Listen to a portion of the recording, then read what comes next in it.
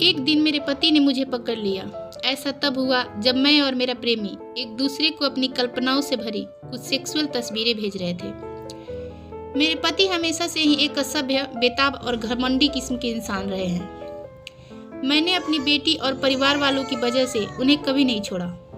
हम दोनों को एक दूसरे से शादी करने के लिए मजबूर किया गया था।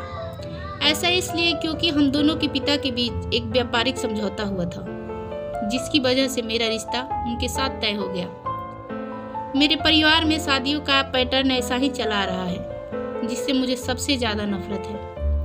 मुझे कभी भी किसी ऐसे व्यक्ति के साथ रहने का मौका नहीं मिला जिससे मैं प्यार कर सकूं। मुझे अपने पति से भी कभी प्यार नहीं मिला।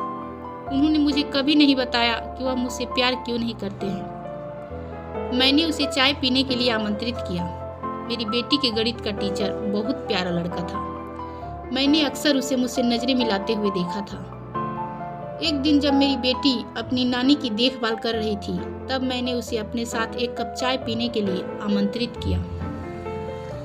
जब रसोइया अंदर से चाय लेकर आया, तब मैं लगातार उससे अपनी बेटी की पढ़ाई लिखाई के बारे में बात कर रही थी। वह देखने में काफी आकर्षक था।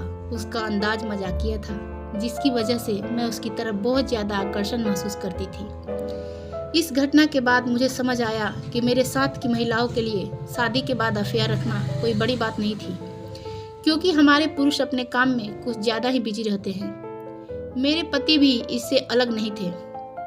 इस तरह मेरा उसके साथ अफेयर शुरू हुआ। अपनी बेटी के टीचर के साथ एक्स्ट्रा मैरिटल अफेयर रखने पर मुझे कोई पछतावा नहीं है। ऐसा इसलिए क्योंकि मुझे एक ऐसे व्यक्ति से प्यार और अटेंशन मिल रहा था जो जानता था कि एक महिला को खुश कैसे रखा जाता है। वह न देखने में काफी सेक्सी था, बल्कि उसने मुझे हर एक कामुकता का सुख दिया। जब घर में कोई नहीं होता था तो हम दोनों के साथ में काफी अच्छा समय बिताते थे।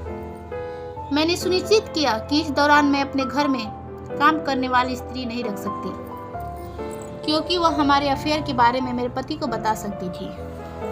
भगवान जाने फिर वह क्या करेगा। 36 साल की उम्र में मुझे प्यार और जुनून मिला, जिसे मुझसे सबसे ज्यादा खुशी का अनुभव कराया। लेकिन जैसा कि हर सामान्य अफेयर की कहानी में होता है, एक दिन मेरे पति ने मुझे पकड़ लिया। ऐसा तब हुआ जब मैं और मेरा प्रेमी एक दूसरे को अपनी कल्पनाओं से भरी कुछ सेक्सुअल तस्वीरें भेज रहे थे। इस दौरान मैंने अपने पति और बेटी की घर वापस आते हुए की आवाज़ सुनी। मैं काफ़ी जल्दी में थी, जिसकी वजह से मैं उनका अभिवादन करने के लिए अपना फ़ोन अपने बिस्तर पर रखकर नीचे चली गई।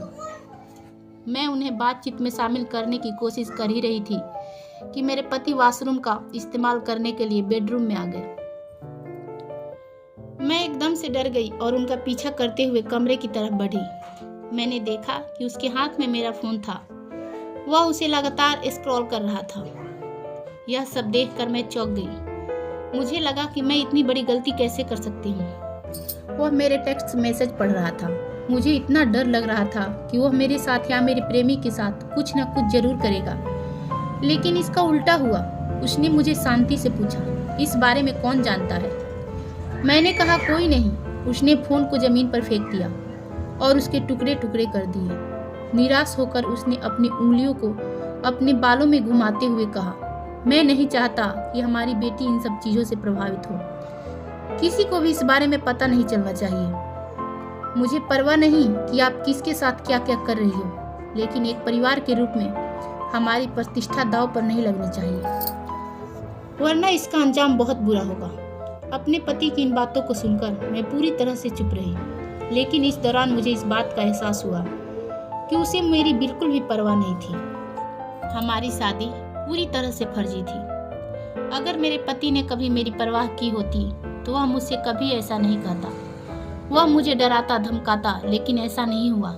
मैं भी काफ़ी खुश थी कि उसे मेरे अफेयर से कोई दिक्कत नहीं थी, बशर्ते मैं इसे बस छुपा कर रखूं। मुझे पता था कि मैं यह सब बहुत आराम से कर सकती हूँ। तो हेलो फ्रेंड्स, ऐसी ही और भी रोमांटिक कहानियाँ सुनने के लिए हमारे चैनल को लाइक और सब्सक्राइब